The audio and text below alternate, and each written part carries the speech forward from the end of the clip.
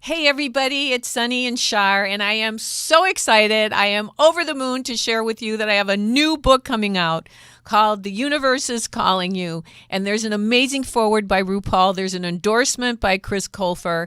It's about understanding your intuition. It's about protecting yourself from negative energies. It's about understanding your essence and your true purpose and your soul's purpose on this earth. You can get it at barnesandnoble.com. You can get it at amazon.com. I would love for you to order the book and let me know what you think of it. Write a review for us if you feel like it. Thanks so much. Char Margolis, Char Communications Incorporated, and Char Vision LLC do not endorse or offer for any purpose but entertainment the views of any guest or other expert on Char Vision or UBN. I knew things before they happened from the time I was a child. At the age of 8, I saw a spirit at the foot of my bed and didn't know what it was. And in my 20s, I finally realized I had a special ability that could help others. I have learned that love never dies. There is a spirit world that can communicate with us, and we all have the gift of intuition. Join me, and together we will explore the possibilities of the unknown from beyond and more. This is Char Vision. Hey everybody, it's Sunny and Char, and Sunny is a little angel today because I have an angel as a guest, and seriously, he's a living icon. He's a legend in his own time.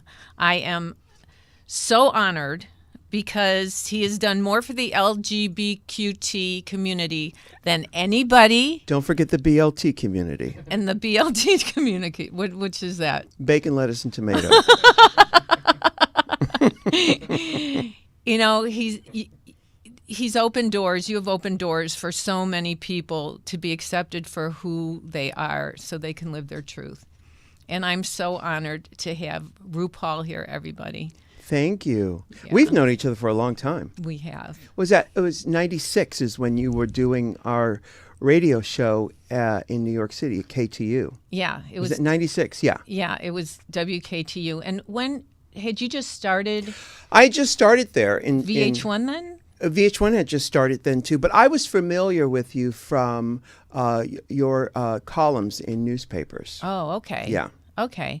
Well, I used to be a regular on the show, and they used to put me on, and I would take phone calls, and I would do readings like I do on Char Vision often.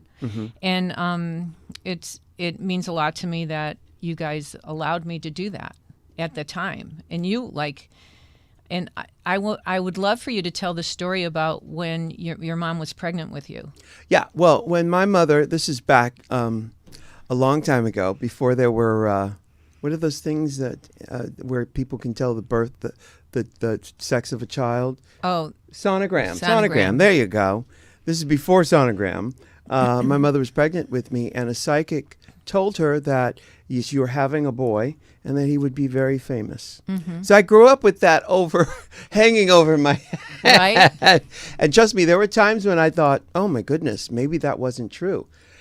I knew in my gut it was true, but there were some rough times. You know, when I was turning 28, my Saturn returns was a rough one. And for people who are not familiar with the Saturn returns, it is where the placement of Saturn when it returned to the position it was in when you were born. So I liken it to when Dorothy travels all that way to get to Oz, looks behind the curtain and goes, wait a minute, you're the wizard? Right. You know, everything is different from what she thought it would be. And the same was true for me. I was at 28. I was sleeping on my baby sister's couch with literally not a dime to my name. Oh my. And it was rough. But I was able to pull out of that with the help of people from my tribe. My friend said, hey, get back to New York. I was out here in LA at the time. Get back to New York and get back to what you set out to do. And what were you doing then? Well, I started out my professional career in show business in 82. The first time I got paid for being on stage was in 82. And I was in bands, rock and roll bands in Atlanta, Georgia. Like, were you the main singer? Yeah. Yeah. And so but I'd done performing arts school and done plays and stuff in high school and stuff. Right. But professionally, it was 1982 when I got paid for it. And then I moved to New York after a few years of doing that and tried to make things happen. And I got a little traction. Then I moved out to L.A. And that's when my Saturn Returns hit. And it was crazy, right? It was tough. I was, in Los Angeles, no car, no money. Oh, my. I did the Gong Show when it had come back. My goodness. This is 1988. The Gong Show, which for people my age, it was a big show in the mid to late 70s. And then it came back in 88. Right. And I got on that show. I did not get gonged. It's a talent show. I did not get gonged, but I didn't win either. What did you do? I sang one of my original songs. I had an album at the time called, it was called RuPaul is Star Booty. And I had a song on there that I did on the show called Follow Me. Uh-huh. And I did. And the judges on my episode were Salt and Pepper and some other people. But an Elvis impersonator won over me. Oh. Yeah. So I did not get gonged. But I did that. I tried to get some traction, tried to make things happen. It wasn't happening. You did everything you possibly could. Well, I wouldn't say everything. I did what basically I did everything I possibly could. In hindsight, Right. I could have focused more on and visualized more what it would look like. And also, a few years later, a huge epiphany happened where I was going to really go for it this time. And I was doing my nightclub act, and I was doing it in sort of my David Bowie androgynous look. Okay. And the epiphany was somebody came up to me after a show and said, that's great, Rue, but when are you going to do Star Booty again? When are you going to do drag and stuff? Yeah. And I realized, well, where did I get the idea I couldn't do drag? Oh, it was an idea in my head and my head only. So the epiphany was, get out of my own way and listen to the universe's stage direction. And I said, I'm going to do this in drag. And Char, I got to tell you, and this was amazing. It was like ancient doors opening when I had this epiphany. When I said I was going to do my career in drag, because I had always set out wanted to be David Bowie and do this androgyny thing. When I decided to do it in drag, it was like these ancient doors creaking open, like I'd hit the secret combination of that's what it was. What was standing in my way was an old idea that, no one's going to be. It was predestined for you. It was predestined for me, but And- I was standing in my own way. When you were saying that, it was like I'm thinking of the Akashic records, which are the stories of all our lives, our past lives. Yeah. It sounds like they were, when you said creaking open, that's the visualization I got, that these big, rocks were opening up, and then you came and you became RuPaul. Yeah. You said Akashic? What are they called? The Akashic records are all the history of every lifetime you ever lived or I ever lived. It's all it has Akashic records. Yeah. And my sister does past life regressions, and her spirit guides have access to the Akashic records. So when she regresses someone to their past life, they see what they were in past lives. I mean, I don't know if you've ever had that experience. No, I haven't. But you probably, I mean, because you're such an old soul.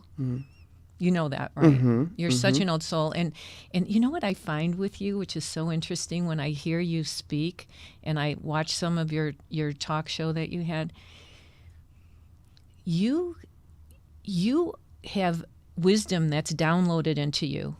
And when you speak sometimes, and I think you don't even always realize that information, wisdom is coming through because you're a healer. I've come to realize that and to be at peace with it for the most part. The tough part of that is finding playmates who can play along on that level. Right, you know. right. Because otherwise, growing up, I had to dumb down. Not that I'm some ascended master. It's just that there are certain to put that here, and then we got it. What's the problem? I see you as like one of God's secret agents. I love that. I love that. That's why you're here, to help people live their truth. And, I wanted to know how drag changed you and changed society since it's gone mainstream. Yeah. People say it's mainstream, an aspect of it, the superficial aspect of it is mainstream, but the deeper level of drag is not, which the deeper level is that we're all born naked and the rest is drag. And that deeper level is an understanding that all of this facade is just temporary. This is not who you actually are. This is just a shell. It's like a costume, this body and all this stuff. So so for the deeper level to be mainstream, people would have to be able to see themselves from outside of themselves and be willing to let go of have fun with this identity that they so cherish, and they get so offended if you say something that doesn't align with their vision of themselves. You know what I mean? So the superficial aspect of drag, that's become very well known. But the first part of your question is was about what how it's changed society and how it's changed you. Well, drag it has changed us. You literally have changed society with this. You understand that, right? For my, being the old soul that I am, for my nickel, not enough. Not changed enough. I'm like, come on, guys, come on, well, just get with it. But a lot of it has to do with society and, people in the White House and people running the country and, people's prejudices. But you've opened it up to allow this to be something that people, my great nephew's girlfriend is so excited that you're on my show today, and she's like 24. You have a great nephew? I don't even have a good nephew. His dad Thanks, Elvira. That's an Elvira joke. His dad was like 8 years old when I was born, so he's like my little brother. Yeah. So but I'll tell you how it changed kids are going crazy because they're being more open. It's like I saw Julianne Howe say, well, she just got married and she's going, but I'm bisexual now, or I like women. Yeah. And it's like you're giving people permission to live their truth, to be who they are, not realizing that. I don't think you realize it. Well, listen, I give permission. That's a tall order. You know what we've done is with our show and what we've done with this movement is we've allowed people to recognize something that's already inside of them. That's what it is, because this is not something you have to learn. This is something you have to remember, and that's true of many things. What we've done through the power of drag is remind people that there is more to you, more to them than just the physical, superficial aspects. Right. And that you don't have to choose column A or just column B. You don't have to choose anything. You can decide in that moment. Our world is filled with polar opposites. Black, white, night, day, boy, girl, all that stuff.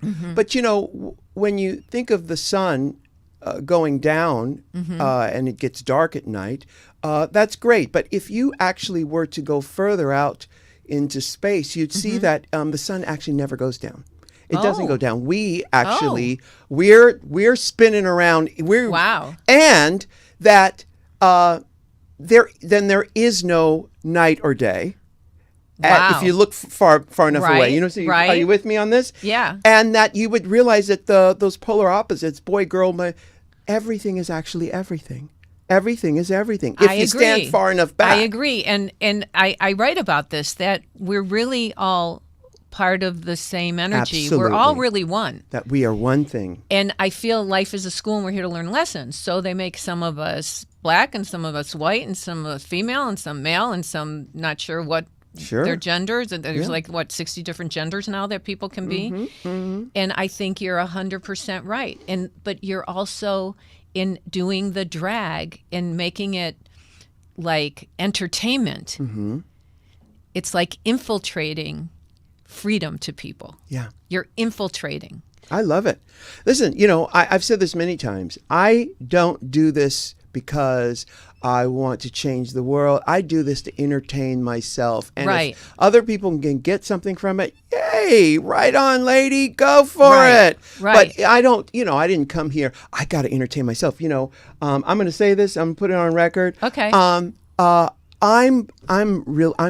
smart.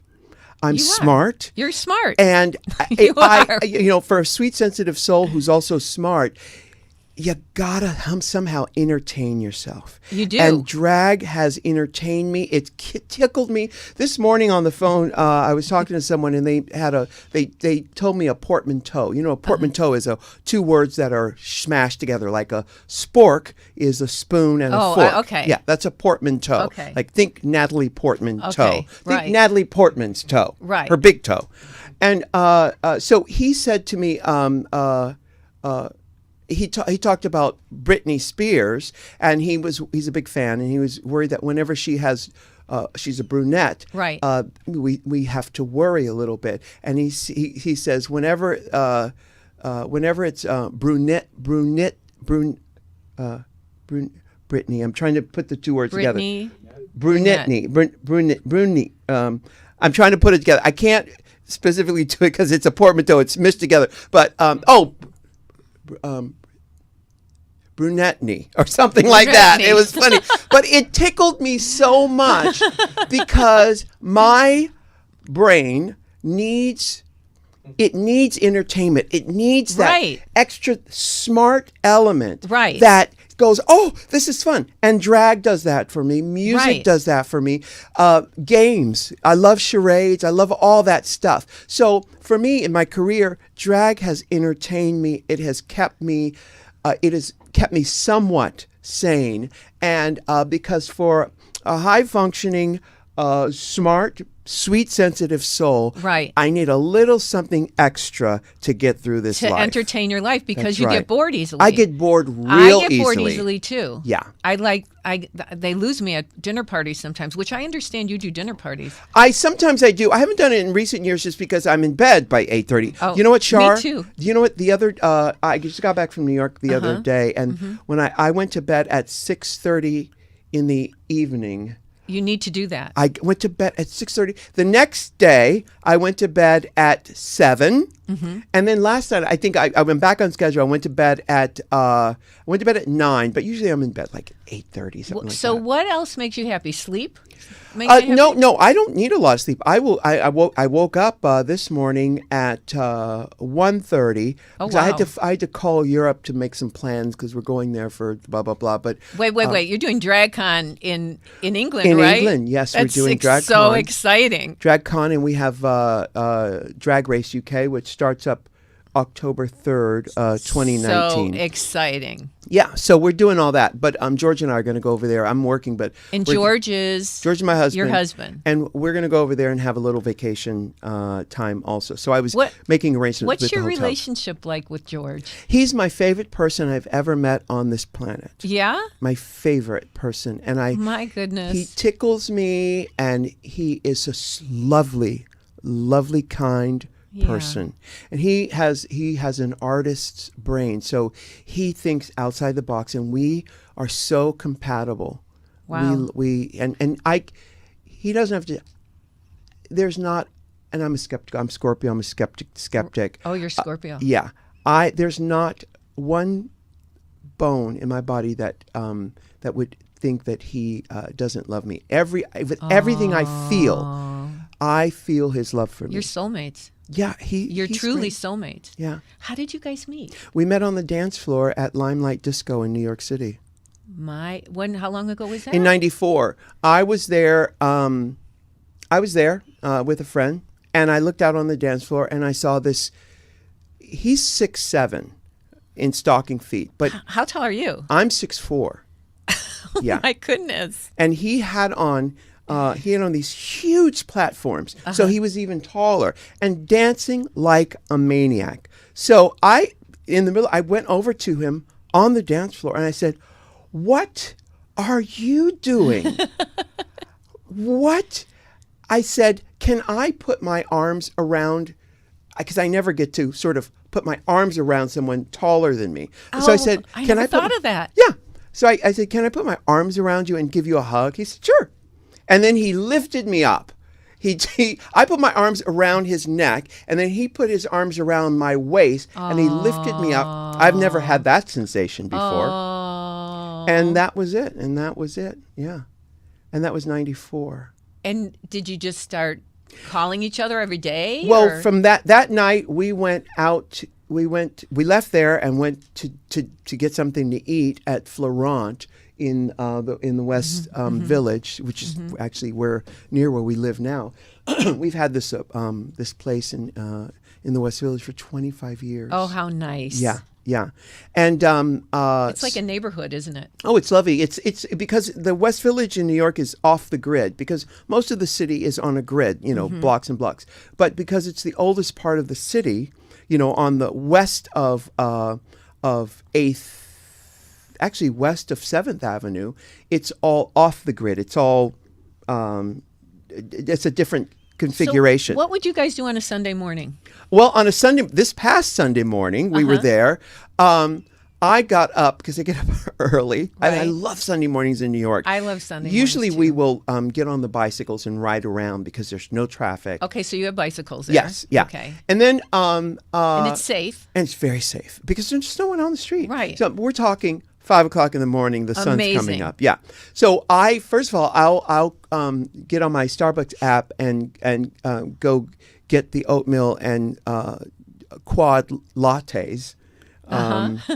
And bring them back, and then we'll go for a bike ride. We'll lay in bed and just hold each other. And what did we do this After Sunday? how many years is this? 25 years? It's actually we met in January of '94. So I don't know math, Okay, but that I was a don't long either. time It's ago. a long time ago, Yeah. okay. And and then we got the apartment. Actually, we got the apartment in January of '95. I remember because I just signed a contract with MAC Cosmetics. Wow. And that's what I did with my my advance. I bought an apartment. Aww. So anyway, George is lovely, and he has a ranch in Wyoming. He's Australian. Oh, he's Australian. Yeah. Do you have horses? No, let me explain to everyone out there what a modern ranch is today. Okay. And because we all have a different idea of it because of movies and westerns and Right. probably the TV show Bonanza. Right. But every time I mention that he has a ranch in Wyoming, Right. when someone comes back to me and says, "So how's George with the ranch in Montana?" I swear, without fail, everyone says Montana, even though It's Wyoming. It's Wyoming, and I think that's because of movies and television also. I think you're probably right. I'm 'Cause telling you- people have a stereotype. Yeah, without fail, it's wild and uncanny. They always say Montana. Anyway, this ranch, which is 60,000 acres, when I did 60,000 acres? 60,000 acres. I did an interview with Oprah, Where Are They Now, several years ago. Oh, my goodness. And I said, yes, well, my husband has a 50-acre ranch in Wyoming. Well, George had you have to, yeah. I don't know what I'm that's doing that wrong. part right there, yes. Yeah. It's not. Oh, I see. You've twisted your I don't know what I microphone. did. Here, let I me did- help. Thank I know you. how to do this. RuPaul Yeah. is now my technician. Yeah. He's fixing. Please stand by. That's the there Okay, you go. thank you, Yeah, sweetie. perfect. Okay, thank you. I mistakenly said George had a 50-acre ranch, but it's actually 60,000 acres. 60,000 acres. math and numbers not so my what strong kind suit. of wild animals are on a property like that? 'Cause Every- I'm very into nature. 'Cause- all of them are there. So there's deer. Is there antelope? Everything. Antelope. raptors, Wow. you name it. The dogs got in a scuttle with a porcupine 2 weeks ago. Oh no, So are they okay?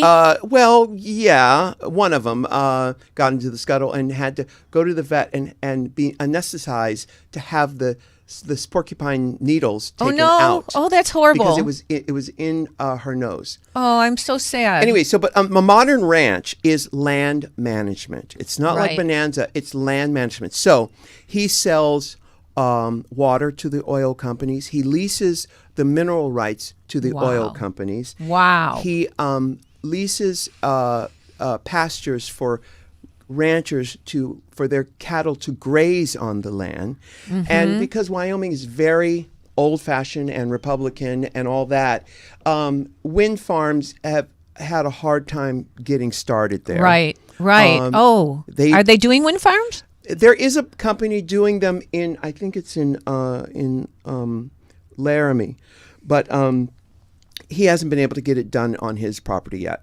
And do you have wells? There are You wells. you have artesian wells and like fresh, amazing water. Fresh, amazing water, and he sells that. So See, I think that is going to be the most needed commodity in the future. Yeah. It's not oil; it's going to be water. we need water. We need all water, it. so he better hang on to that place. Yeah, well, he inherited it from his father was American, his mother Australian. He was born in Australia, and he's had the ranch for 10 years. Do you have in-laws? I do have in-laws. Yes, yep, and they're all in Australia. And do you like them? I do like them. I do.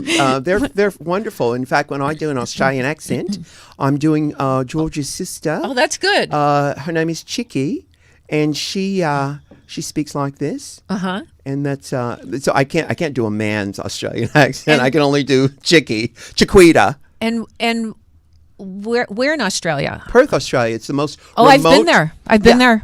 The most remote city in the world. It's beautiful. I beautiful. love Perth. I love Perth. It's great. Now George, of course, has a different opinion of Perth, Oh, but because he grew up yeah, there. he grew up there. But it's funny. I'm from San Diego, born and raised, and Perth and San Diego are pretty much the same city. Right? Yeah, they're so similar. The way they look, even just Right. values. That's okay. So you have a sister-in-law, and do you have a mother-in-law? Yes, mother-in-law. George has. He had. There were 6 of them. Yeah. One of the sisters has gone on, Oh. but he's got several sisters still with us and a brother, and he's absolutely lovely. He left there when he was 17 to go to Paris, to go to fashion school, and then when I met him in New York, he was at FIT. It sounds so beautiful because it sounds like you're together, but you also have your freedom to be who you are in your lives. Yeah. And you support each other. Oh, absolutely. Absolutely. That's a gift. It is a gift, and I never take it for granted. Absolutely. Listen, we've had our ups and downs. We Right. have had our After ups all, and since downs. 1994. Yeah. But did you go to therapy to work it out together? We have before. We got sober together, which was a huge part of our story, and we split up for a while. We've had our. Oh no. We have, yeah, we've done it Oh all. my goodness, that must have been heartbreaking. It was heartbreaking, but you know what? Still couldn't shake him. Could not shake him. No? Even when we were apart, we spoke every day. Yeah. Yeah. Oh, that's really Isn't that adorable. crazy? It's crazy. Wait, what sign is he? He's Aquarius. Oh, okay. We actually met on his birthday on January 24th. You were his gift. Yeah. And we got married on his birthday. Aww. We got married just a few years ago. Where? In our house here in LA. Who officiated the wedding? Alicia, from our television from. Oh, yeah. She did it. How beautiful! So it was Alicia and her husband Ed, who's worked at World of Wonder. Ed has been there the longest, I believe.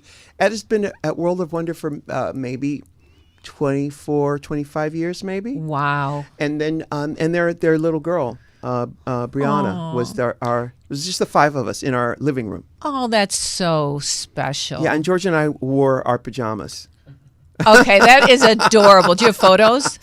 I don't think we do. do. No photos. It was very, very informal. In fact, George and I went down to the courthouse and got the papers, and then we had the ceremony. But I think for anybody who's out there who's thinking of getting married, the key to that is to have a small ceremony on one day, and then have a reception on another day. I think putting both of those ceremonies together, the reception and the ceremony, the wedding, is too much, and it costs too much money. And also, if you have to move from one place to the next, I say have a small wedding of just a handful of family and friends, in your house, in your backyard, and then plan another day for a big party to invite everyone. So you were in your pajamas. Yeah. Then you kicked everybody out, and you had your honeymoon. Yes. Well, the honeymoon's been going on for many years, but we didn't really have to kick them out because there was only 3 of them, 2 adults and a child. So they just went home. So sweet. And was George at Studio 54? Because I know you were at Studio 54. Well, no, I was at Studio 54 way after the fact. Okay. When it reopened in the 80s or something like that. Okay. Because we had a party at KTU at Studio 54. This is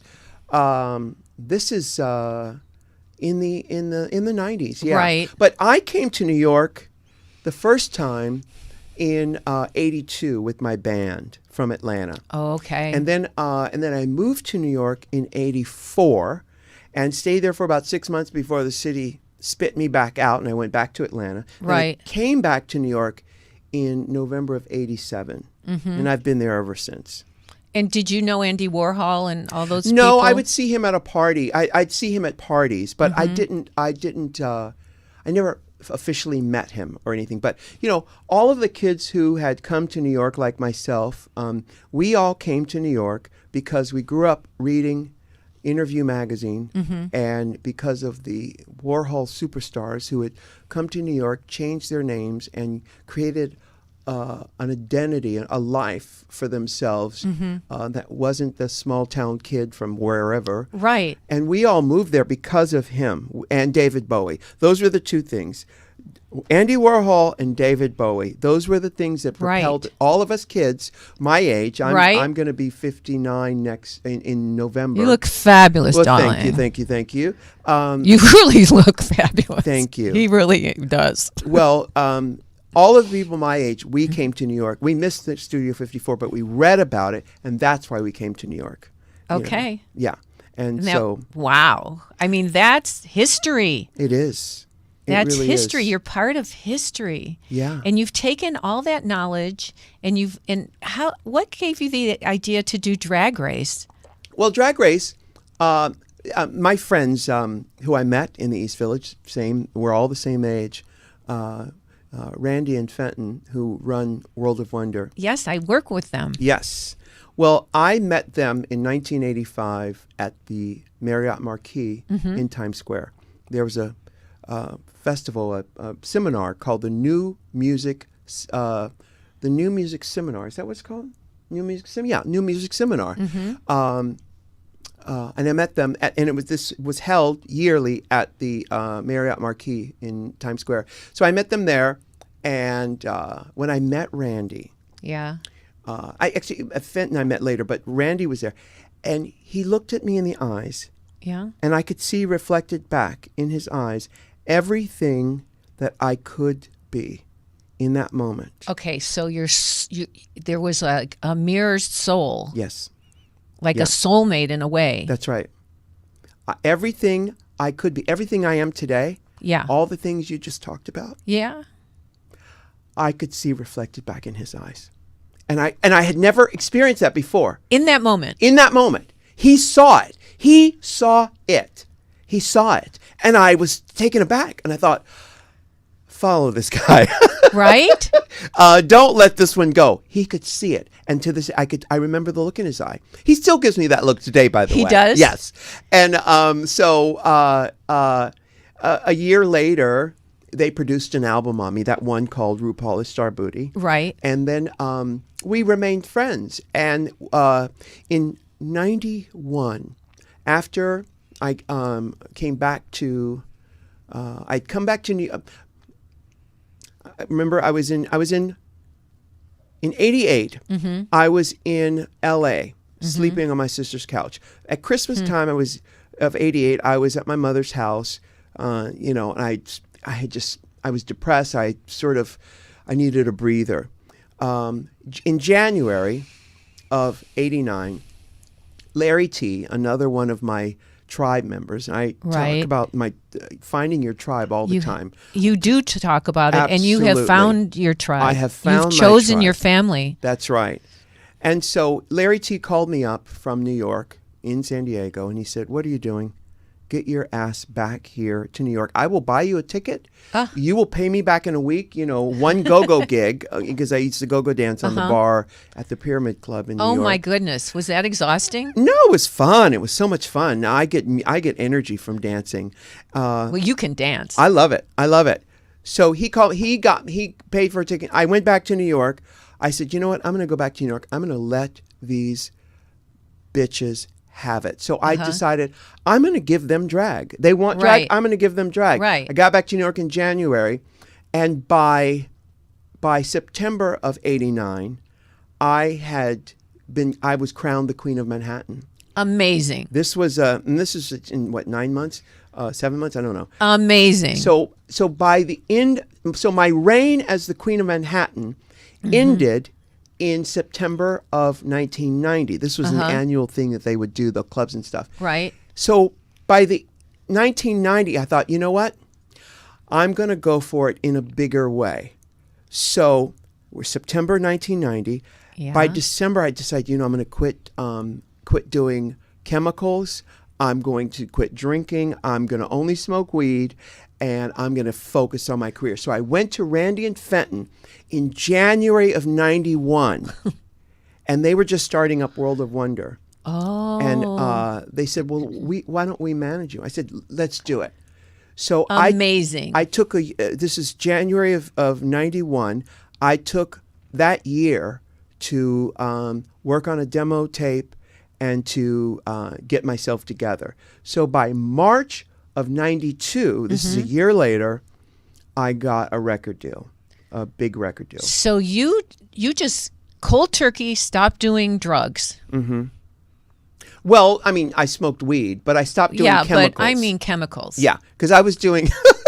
How did you survive that? Well, Well, you are protected. You do have guardian angels. You have spirit guides, because you maybe shouldn't have survived all that. Child, you ain't never lied. I definitely did. The amount of cars I've gotten into of people who I do not know. Oh, the amount of my times goodness. I was in a club and somebody said, "Open your mouth," and put a pill or something Oh, in my no. mouth, and I said, "Okay, let's party." Oh, no. And then it's saying, "By the way, what was that?" The amount of times I've done that, you have no idea. I have no idea. Yep. So I quit doing chemicals. I continued to smoke weed, which was still a problem, but I was focused on my career in a way that in a way that I know how to. I'm very You were hyper ambitious. focused. You were I'm very hyper focused yes. about it. But I can just imagine your guardian angels and spirit guides scattering, going, "Wait, close his mouth. Don't have them take that pill." Right. They had their hands full with you. They certainly did. I think they still do, by the way. Oh, they certainly do. You know what? I have been pulled over drunk driving so many times back then as a kid in my 20s.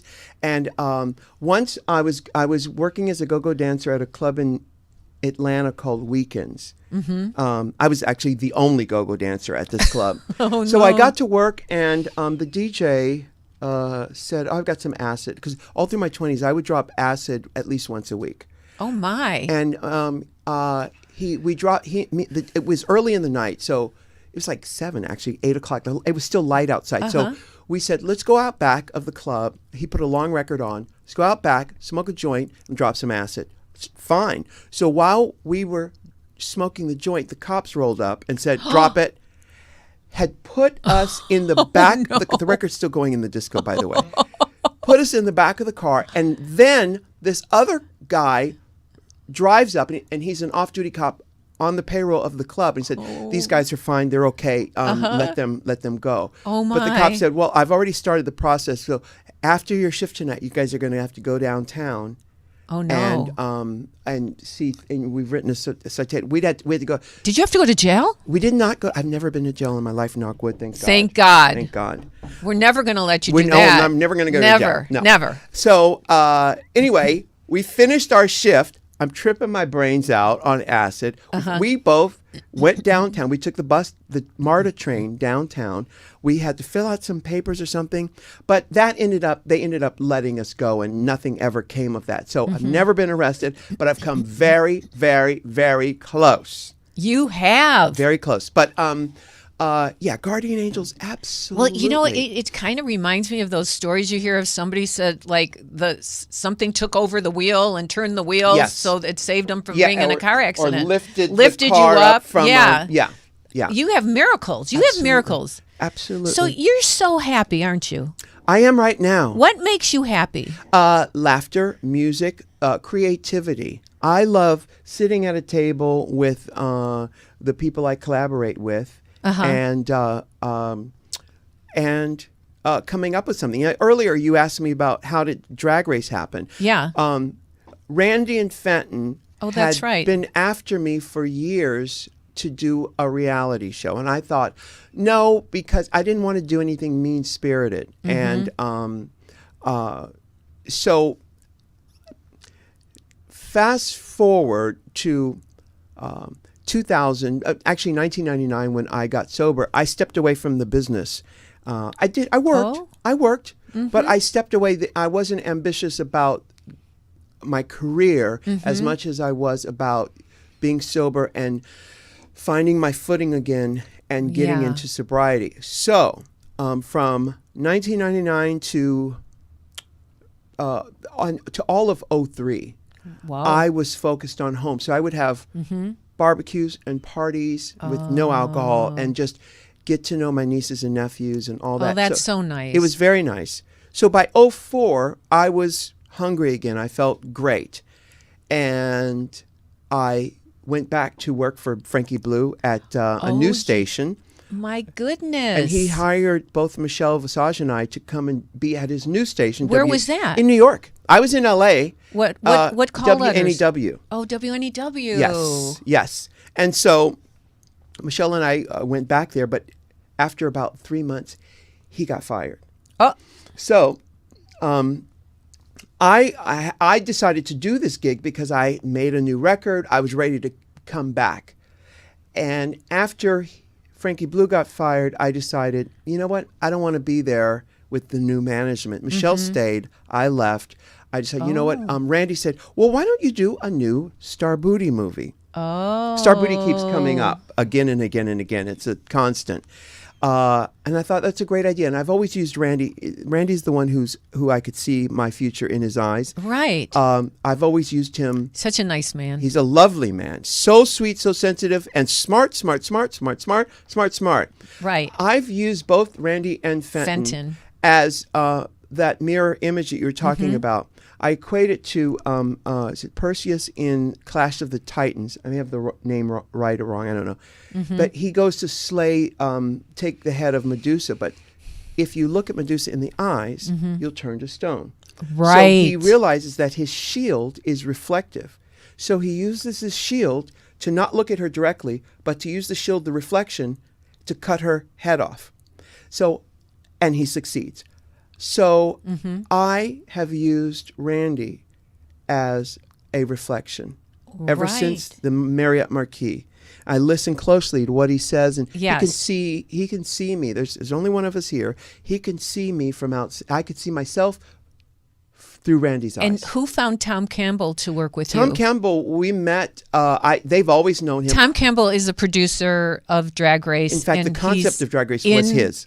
It was his. Yes. He's a genius. He's a genius. Reading Queens with Char Margolis was his idea. Okay, so Tom Campbell is in your ear Yeah. all the time. The whole time. On Drag Race, right? On Drag Race. I don't read a teleprompter. I have an earbud that transmits his voice into my ear. So the way I'm talking right now, he could be reading it to me, and it sounds just like what. But you're very good at interpreting it. I'm very good. It's I've tried amazing. I've tried with other people, and I've done it with other people, but no one is as good with it because we are simpatico. He's a genius. He's a genius. He's a genius. Yeah. I'm telling you, the guy, he used to be an executive at ABC. That's when I met him. Yes. Well, when I met him, I think he was an executive at MTV or something. This is like 300 years ago. Yeah, exactly. So after I did the Star Booty movie, Randy and Fenton thought, okay, he's serious about coming back. Yes. Because I wrote and produced the Star Booty movie. He's serious about coming back. And then they reapproached me about a reality show. And I said, yeah, I'm ready. As long as it's not mean-spirited. How many years ago was that? That was, Star Booty came out in 2007, and at the end of 2007. And then we went out pitching Drag Race at the beginning of 2008. Because we started filming it on Labor Day of 2008, and it started airing in January or February of 2009. And we just finished filming our 12th season of that show. 12. Oh, by the way, congratulations. You're up for 14 Emmys. Yeah. Yeah. Mazel tov. Thank you. That's incredible. Yes. It is incredible. It's very incredible. So exciting. When does that come out? When do those? Well, tomorrow are the creative arts Emmys tomorrow. And then the following week, next Sunday or something, those are the primetime Emmys. So we're in both of those events. So tomorrow I'll go. So if you could give advice to the kids out there who are living in, there's so many unhappy people. Yeah. What advice can you give them? Because you were down in the dumps at one time. Oh, yeah. What time is it? I could be down in the dumps this afternoon. No, we're not letting you. Well, no, I'm not right now, but I'm living in this moment. But, I'm a sweet, sensitive soul, and that is the price we pay. He really is. I'm telling you, this man truly is a sweet, sensitive soul. Yeah, well, it's, and I'm honored that you're here because I know you don't like to do a lot of these interviews. So what kind of advice can you give to somebody who's maybe having a hard time? Yeah, well, I'll tell you what. First, advice, hard time or no hard time, you have to know thyself. Now, I didn't come up with this stuff. I didn't come up with any of this stuff. What I'm doing is I'm remembering what the ascended masters, what the people who have lived before, what they've done, and I'm following their path. So first, know thyself. And that entails realizing that you are an extension of the power that created this universe. Right. And in this body, you're a very fragile little baby. Right.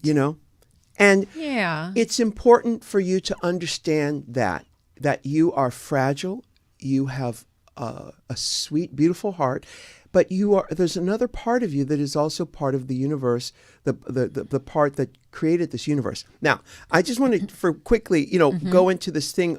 I had a major breakthrough recently. Okay. And it wasn't. I'd love to hear it. And it's not. It's something I already knew. It's something I had to remember. Okay.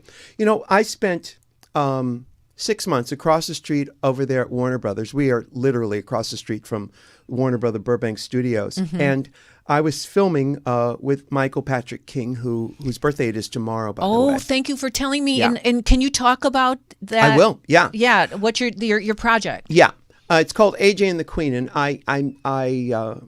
my agent said, well, Rue, you're in a place where you could call any writer and write with them. Who do you want to write with? I said, Michael Patrick King. Yeah. We met, and it was a marriage made in heaven, literally. I believe it. Yeah. And so we put this project together called AJ and the Queen. And after we filmed it, 6 months of filming, someone asked me, well, what did you learn? What was it like filming with this 10-year-old kid? Is this the epiphany that you're Yes. telling me about? Okay. What was it like? I said, well, it was like being able to reparent my 10-year-old self. Oh. And I thought, oh my goodness, did I create a situation to reparent my 10-year-old.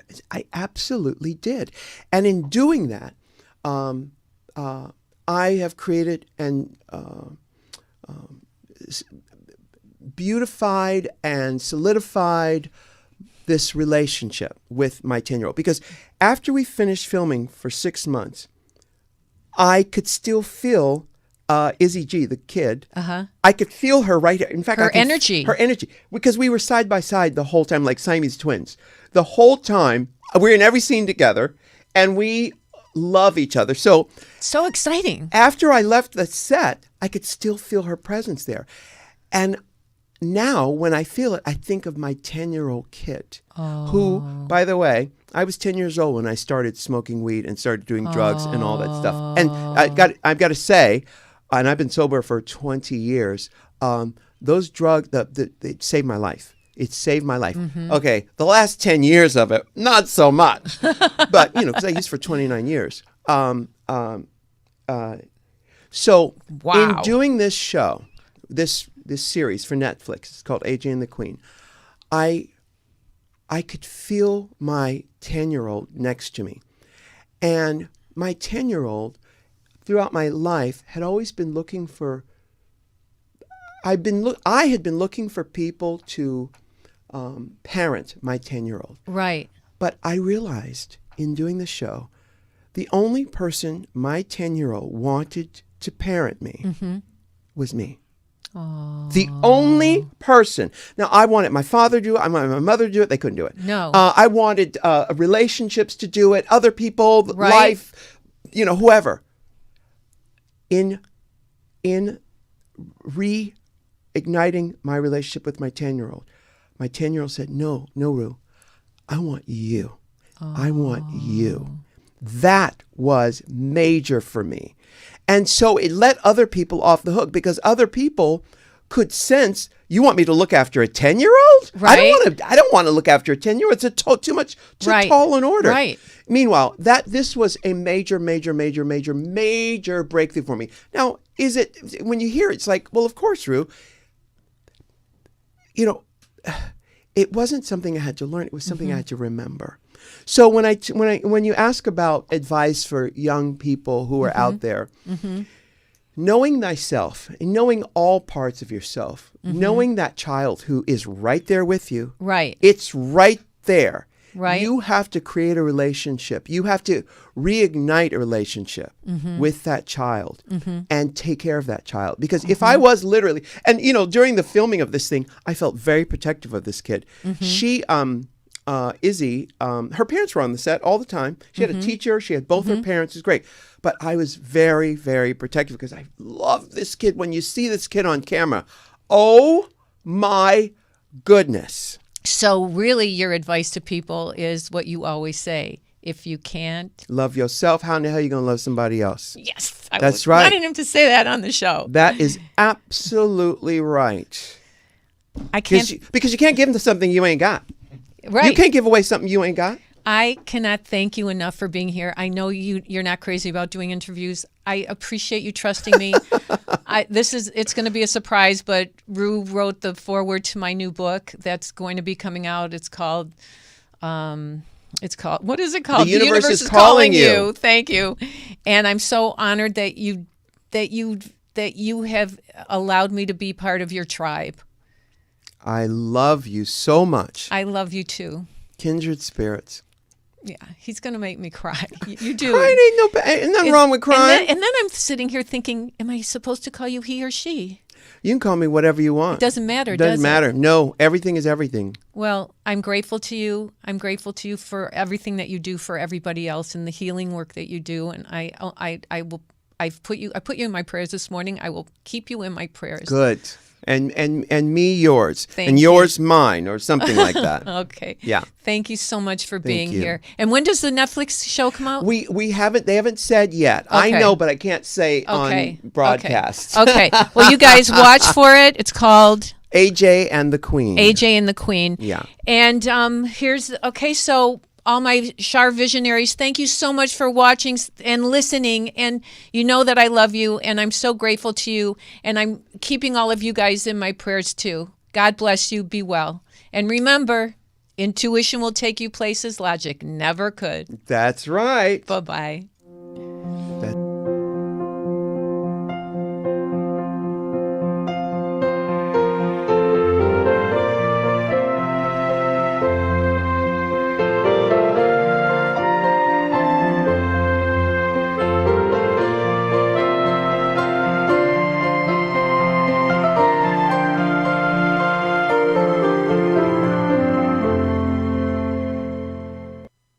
Hey everybody, it's Sunny and Char, and I am so excited. I am over the moon to share with you that I have a new book coming out called The Universe is Calling You. And there's an amazing foreword by RuPaul. There's an endorsement by Chris Colfer. It's about understanding your intuition. It's about protecting yourself from negative energies. It's about understanding your essence and your true purpose and your soul's purpose on this earth. You can get it at barnesandnoble.com. You can get it at amazon.com. I would love for you to order the book and let me know what you think of it. Write a review for us if you feel like it. Thanks so much.